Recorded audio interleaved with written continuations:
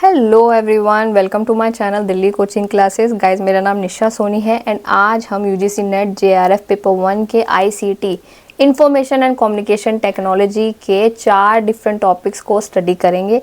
ये चारों ही बात तो करते हैं कंप्यूटर की ही, बात तो इसमें कंप्यूटर की ही हो रही है, लेकिन ये चारों एक दूसरे से रिलेटेड नहीं है। चारों के अपने अपने पॉइंट्स हैं, अपने अपने एक्सप्लेनेशंस हैं, चारों एक दूसरे से रिलेटेड नहीं है। चूँकि ये चारों छोटे छोटे टॉपिक्स हैं, इसलिए मैंने चारों को एक साथ लिख दिया है। इससे पहले वाले लेक्चर्स में मैंने memory units and peripheral devices के बारे में बात की है, आप वो लेक्चर जाके देख सकते हैं, पीडीएफ्स को डाउनलोड कर सकते हैं। लेकिन मेरे इस लेक्चर को भी सीखने के लिए, समझने के लिए आपको मेरे डिस्क्रिप्शन के लिंक से पीडीएफ को डाउनलोड करना होगा, उसको हार्ड कॉपी में कन्वर्ट करके अपनी टेबल के सामने रखें, ताकि अगर कुछ भी आपको लिखना हो अपने लैंग्वेज में तो आसानी से पेपर पे लिख सकें। So without wasting a time, let's start. ये 4 टॉपिक में सबसे पहला टॉपिक है कंप्यूटर ऑपरेटिंग सिस्टम, ठीक। सेकंड है कंप्यूटर सिस्टम सॉफ्टवेयर, थर्ड है कंप्यूटर के types and fourth is computer database. हम इन 4 टॉपिक को डिटेल में समझेंगे। सबसे पहला टॉपिक है कंप्यूटर ऑपरेटिंग सिस्टम। देखो, कंप्यूटर ऑपरेटिंग सिस्टम मतलब कि कंप्यूटर को ऑपरेट कैसे करना है, कंप्यूटर को चलाना कैसे है, उसको ऑन ऑफ या फिर उसके बीच का कार्य जब तक कि वो ऑन है वो सब कैसे होना है, ऑपरेट कैसे करना है कंप्यूटर को। तो इसको हम अगर कहें ऑन खोना या कंप्यूटर को स्टार्ट करना, उसको कहते हैं बूट। ये कोई सूट बूट वाला बूट नहीं है, ये कोई पैरों वाला बूट नहीं है कि सर्दियों में आप लोगों ने खरीद लिया, नहीं, वो नहीं है। ये है बूट, BOOT मीन्स कंप्यूटर को स्टार्ट कैसे करना है। 2 तरह से स्टार्ट होते हैं ना। आप लोग सोच रहे होंगे मैम जैसे एक बटन प्रेस करना है कंप्यूटर तो स्टार्ट होता है, नहीं, ऐसा नहीं है। कंप्यूटर को हम 2 तरह से स्टार्ट करते हैं। या तो आप पूरा ही स्विच ऑफ कर दो, पूरा ही क्लोज कर दो सारे टैब्स, ठीक, फिर स्टार्ट करो, या फिर आप रीस्टार्ट करो। ये 2 ऑप्शन आते हैं ना आप लोगों के लैपटॉप्स में, ये 2 ऑप्शन आते ही होंगे आपके सिस्टम में कि कंप्यूटर पूछता है शट डाउन करने से पहले कि आपको क्या करना है, शट डाउन करना है कंप्लीटली या फिर रीस्टार्ट करना है, हमसे पूछता है ना। तो ये उसी का बारे में बताता है। बूट का मतलब होता है स्टार्ट द कंप्यूटर, कि कंप्यूटर को स्टार्ट कैसे करना है। एक है जो इसका जो टाइप है, एक टाइप है कोल्ड, ये जिसको बोला जाता है हार्ड बूट भी। देखो फॉर एग्जांपल, अगर एक पानी है, पानी को आपने फ्रिज में रखा तो वो बर्फ बना, तो कि वो क्या हो गया, वो हार्ड हो गया। कोल्ड था, फिर वो क्या हो गया, हार्ड हो गया। तो आप इसको इस तरह से रिलेट करें। सो कोल्ड और हार्ड बूट का जो फिर कंप्यूटर के वर्ड्स हैं, इसका मतलब होता है कंप्यूटर को शट डाउन कर देना और फिर उसको ऑन करना। आपने पूरी तरह से शट डाउन कर दिए, सारे ऐप्स को क्लोज किया, फिर आपने कम्प्लीटली शट डाउन किया और फिर आप उसको ऑन करा। लेकिन जब आप ऑन करते हैं शट डाउन करने के बाद, तो आपके सामने एक न्यू विंडो आ जाती है कि आपको नया काम शुरू करना है। तो इस तरह से करें, क्योंकि अब न्यू विंडो ओपन हो गई है और कुछ बैकग्राउंड पे नहीं होता है। जो भी आप काम कर रहे होते हैं ब्राउज़र हिस्ट्री पे या फिर कुछ सर्च कर रहे होते हैं, वर्क कर रहे होते हैं, वो सब क्या होता है, डिलीट हो जाता है। और उस सभी काम को, जो छोटी सी मेमोरी रखने की कैपेसिटी रखता है, कैश जिसे हम कहते हैं, CACHE, ठीक, कैश, जिसको हम मेमोरीज में स्टडी करेंगे डिटेल में, इस कैश को क्या कर देता है, डिलीट कर देता है। ये छोटी सी मेमोरी, जो भी हम एकदम काम करते करते जो भी हमें हिस्ट्री में चाहिए होता है, जो भी हम टाइप करते हैं, वो सब क्या आता है, रिकॉर्ड कर लेता है। लेकिन जब तक हम काम कर रहे हैं, ये क्या करता है, रिकॉर्ड करता चला जाता है। जैसे ही कंप्यूटर शट डाउन होता है, ये कैश को डिलीट कर देता है। अब आप लोगों को समझ आया कोल्ड और हार्ड बूट में मतलब क्या है, दोनों का सेम ही मतलब है और वो मैंने बता दिया है। अब आते हैं वार्म और सॉफ्ट बूट पे। देखो, वही पानी जो आपने फ्रिज में रखा वो बर्फ बन गया। अगर आप उसी को पिघला दोगे, तो वार्म कर दोगे, तो वो हल्का सा क्या हो जाएगा, पिघल जाएगा, सॉफ्ट हो जाएगा, सॉफ्ट के फॉर्म में आ जाएगा। अब इसका मतलब होता है कि कंप्यूटर को रीस्टार्ट करना, शट डाउन नहीं करना कंप्लीटली, आप इसको रीस्टार्ट कर रहे हैं, दोबारा से शुरू कर रहे हैं। और ये हमारे सारे वर्क को, जो भी हम कर रहे होते हैं काम को, उसको डिलीट नहीं करता है, ये हमारे कैश को डिलीट नहीं करता है। तो यही फ़र्क होता है कोल्ड और हार्ड बूट में, कोल्ड हार्ड बूट जिसको हम एक कहते हैं, और वार्म और सॉफ्ट बूट जिसको हमारा दूसरा नाम है। कोल्ड का मतलब होता है शट डाउन, वार्म का मतलब होता है रीस्टार्ट। ओके, तो आज हमारा एक टॉपिक ये कंप्लीट है। अब हम स्टडी करेंगे नेक्स्ट टॉपिक। सेकंड है computer system software. Softwares, computer को चलाने के लिए कौन कौन से सॉफ्टवेयर चाहिए होते हैं। एक होता है एप्लीकेशन सॉफ्टवेयर, ऐप जिसे हम हिंदी में हिंदी नहीं, इसको शॉर्ट फॉर्म में बोलते हैं, हम बोलते हैं ना ऐप डाउनलोड कर लो, ये एक ऐप डाउनलोड कर लो, तो उसका फुल फॉर्म है एप्लीकेशन। ठीक, अब ऐप्स को क्या करते हैं, हम डाउनलोड कर लेते हैं। अब ऐप कौन कौन से होते हैं, व्हाट्सएप हो सकता है, गूगल हो सकता है, म्यूजिक ऐप हो सकता है, कोई भी गूगल क्रोम होता है, और भी फेसबुक हो सकता है, ठीक, इंस्टाग्राम हो सकता है जी, इंस्टाग्राम भी हो सकता है, और क्या क्या हो सकता है, एक्स भी हो सकता है। अब आप बताओगे एक्स किसका नाम चेंज हुआ है, ठीक, आप मुझे बताएंगे कमेंट में कि किसका नाम चेंज होके एक्स हुआ है। और कौन कौन से ऐप हो सकते हैं, मल्टीपल ऐप्स हो सकते हैं जिसको हम अपने स्टोर से डाउनलोड कर सकते हैं। तो ये होते हैं हमारे एप्लीकेशन सॉफ्टवेयर। एक होता है सिस्टम का सॉफ्टवेयर, जो सिर्फ सिस्टम के अंदर ही होता है, या फिर इसको हम डाउनलोड भी अलग से कर सकते हैं। ठीक, सिस्टम का सॉफ्टवेयर की ये सिस्टम को काम करने में मदद करते हैं। ठीक, ये एप्लीकेशन सॉफ्टवेयर तो ये तो हमारे यूज़ के लिए हो गए, ये तो ह्यूमंस के डायरेक्ट यूज़ के लिए हो गए, जो हमारी डिमांड्स को फुलफिल करते हैं। लेकिन सिस्टम के सॉफ्टवेयर सिस्टम का ध्यान रखते हैं। अब आप बोलोगे सॉफ्टवेयर का कौन कैसे ध्यान रख सकता है, एंटीवायरस एप्लीकेशन डाउनलोड करते हो ना, किस लिए करते हो, ताकि आपके सिस्टम में कोई भी वायरस ना आते हैं ना, तो फिर वो एप्लीकेशन किसके लिए होता है, आपके लिए या सिस्टम के लिए, तो वो सिस्टम के लिए होता है, ताकि सिस्टम में कोई भी वायरस ना आए। इसी को हम कहते हैं सिस्टम के सॉफ्टवेयर। एक होता है ऑपरेटिंग सिस्टम। अब सिस्टम सॉफ्टवेयर में भी दो टाइप है, एक होता है ऑपरेटिंग सिस्टम, एक होता है utility software system. Operating system में होता है कंप्यूटर इनबिल्ट, ये कंप्यूटर के अंदर ही होता है, BIOS basic input output system. अब आप बोलेंगे मैम BIOS क्या है। आपने जब नोकिया का फ़ोन स्टार्ट किया होगा, कभी वो कीपैड वाला नोकिया का फ़ोन देखा होगा, तो दो हाथ मिलके ऐसे मिलते थे ना, ऐसे करके दो हाथ आते थे और मिलते थे, और एक म्यूजिक बजता था, टिन टिन टिन ऐसे करके आता था ना। वो हमें ये बताता है कि नोकिया का फ़ोन कि वो स्टार्ट हो गया है, वो उसका क्या है, इनबिल्ट सॉफ्टवेयर है, वो उसके अंदर ही है, बेसिक इनपुट आउटपुट की, वो ऐसा ही स्टार्ट होगा। चाहे दुनिया जहान में कितने भी नोकिया के फ़ोन हो जाएं, वो ऐसे ही स्टार्ट होगा। कंप्यूटर के किसी भी डिवाइस को ऑन करने के लिए BIOS चाहिए ही होता है।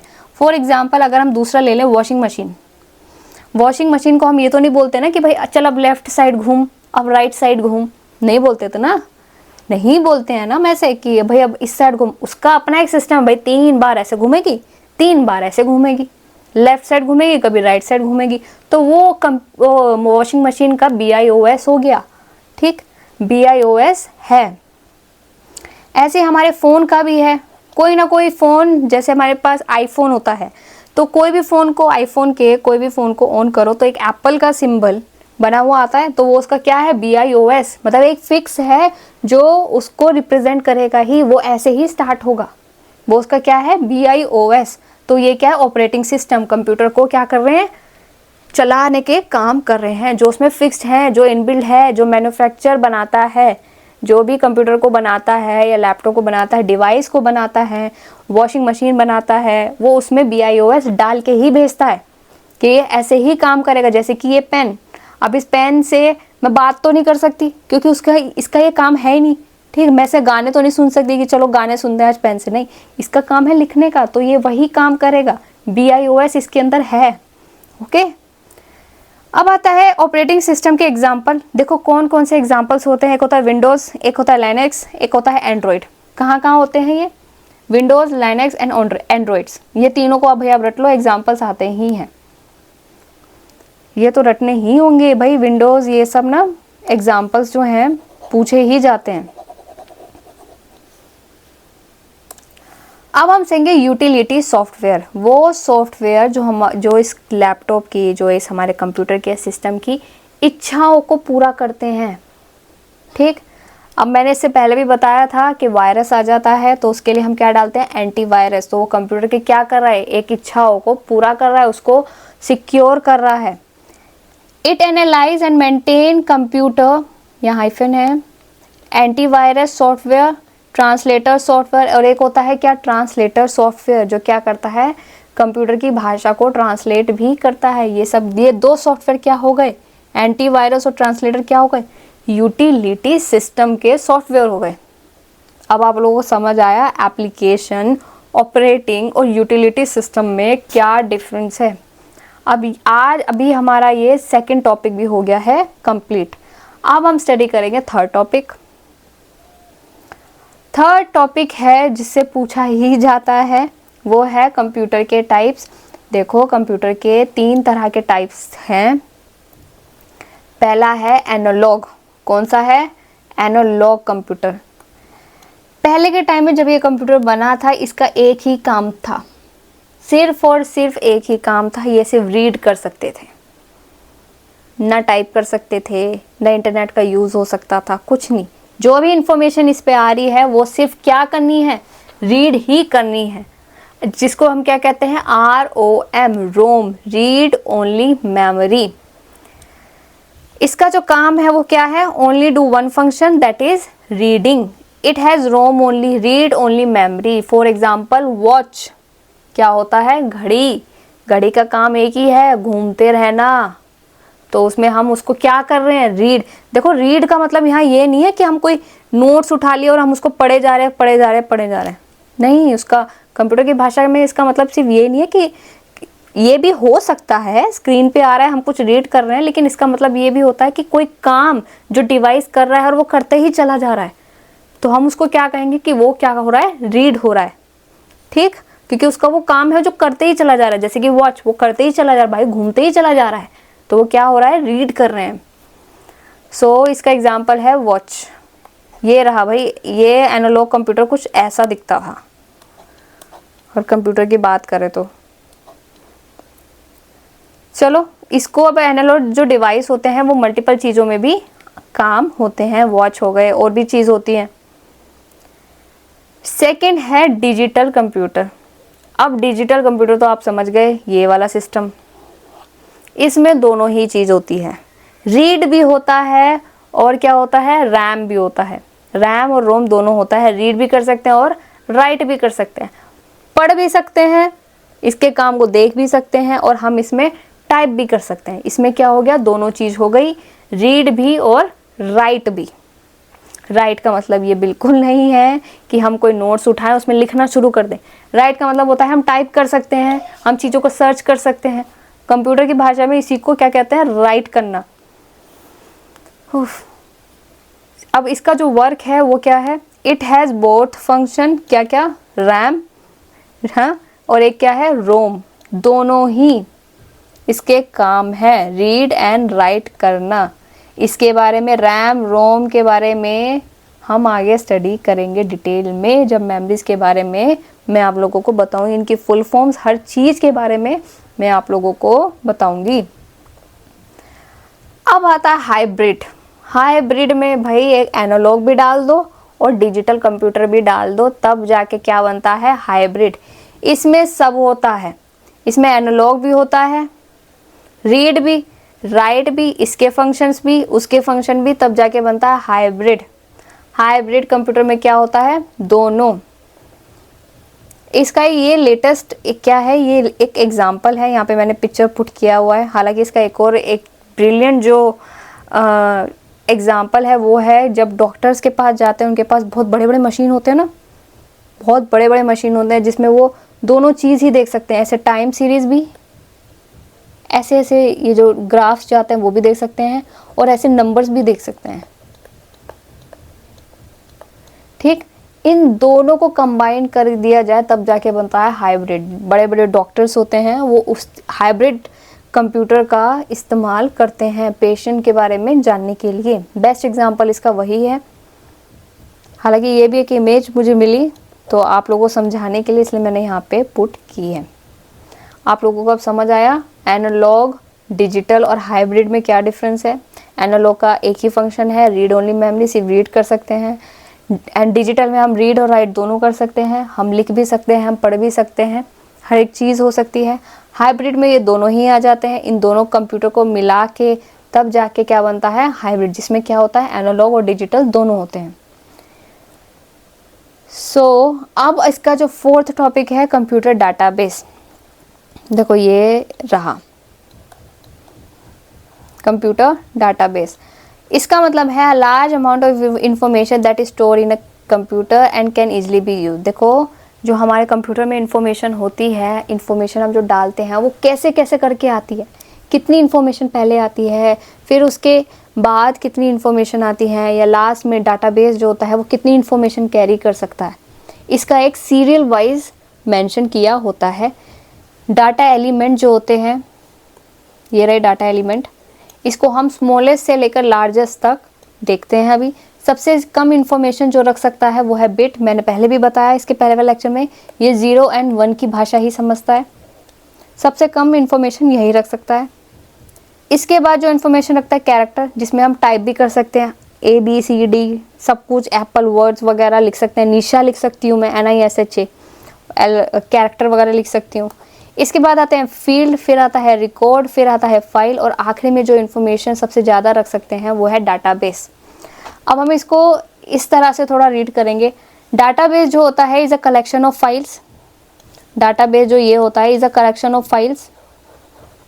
File is made up of record. File किससे बनता है, एक जो फाइल्स होती हैं कंप्यूटर में वो किससे बनती है, रिकॉर्ड से।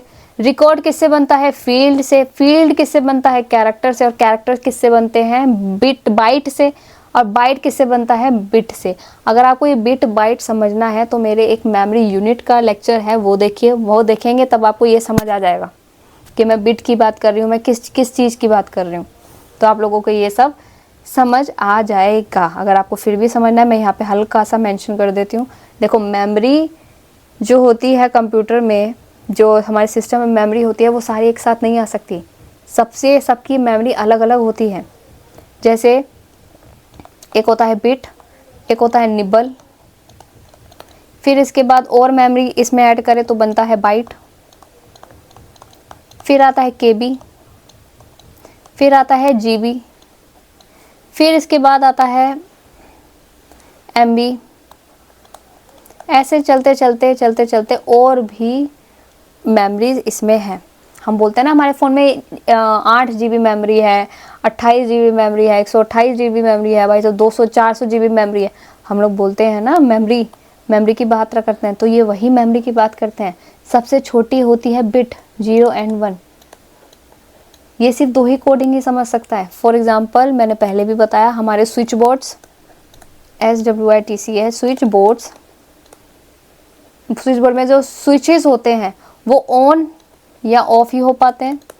अब ऑन या ऑफ होने के लिए इनके जो बैक पे, इनके जो पीछे जो कोडिंग लिखी होती है वो कुछ इस तरह से इन 2 डिजिट्स का इस्तेमाल करके ही होती है। जैसे 1 0 1 1 0 1 1 0 0 0, ठीक। ऑफ होने के लिए 0 0 1 1 0 0 1 1 0 1 1 1 1, ठीक। अगर इसमें लास्ट में 0 0 आ गया तो स्विच बोर्ड समझ जाएगा कि हमारा मालिक हमको क्या करने को कह रहा है, हमें ऑन होने को कह रहा है। अगर 1 आ गया तो वो ये समझ जाएगा स्विच बोर्ड अपने आप में ही कि क्या हमारा मालिक कह रहा है, ऑफ होने को कह रहा है। तो 1 बिट की इंफॉर्मेशन हमारे लिए किस लिए काम आती है, स्विच बोर्ड को ऑन या ऑफ करने के लिए। और भी चीज़ों में आती है लेकिन फिलहाल इसके लिए बेस्ट एग्जाम्पल यही है। इसके बाद जब और तो इसमें थोड़ा ऐड कर दो, क्या बनता है, 4 बिट को मिला दो, 4 बिट को मिला दो तो बनता है एक निबल। 8 बिट को मिला दो, BIT को मिला तो एक बनता है बाइट। फिर 1024 की बाइट को मिला दो तो क्या बनता है, एक KB। अब ये इस सभी के बारे में मैंने एक लेक्चर में अपलोड किया हुआ है, आप वो लेक्चर को जाके देख सकते हैं। सो आई होप आप लोगों को ये चारों टॉपिक समझ आए हो। आप इस नोट्स को डाउनलोड कर सकते हैं। डिस्क्रिप्शन के लिंक में मेंशन है। मैंने ये चारों टॉपिक पढ़ा दिए हैं और इससे एग्ज़ाम में पूछा ही गया है। सो आई होप आप लोगों को ये लेक्चर समझ आया हो। अब हम मिलते हैं नेक्स्ट लेक्चर में। So subscribe my channel Delhi coaching class.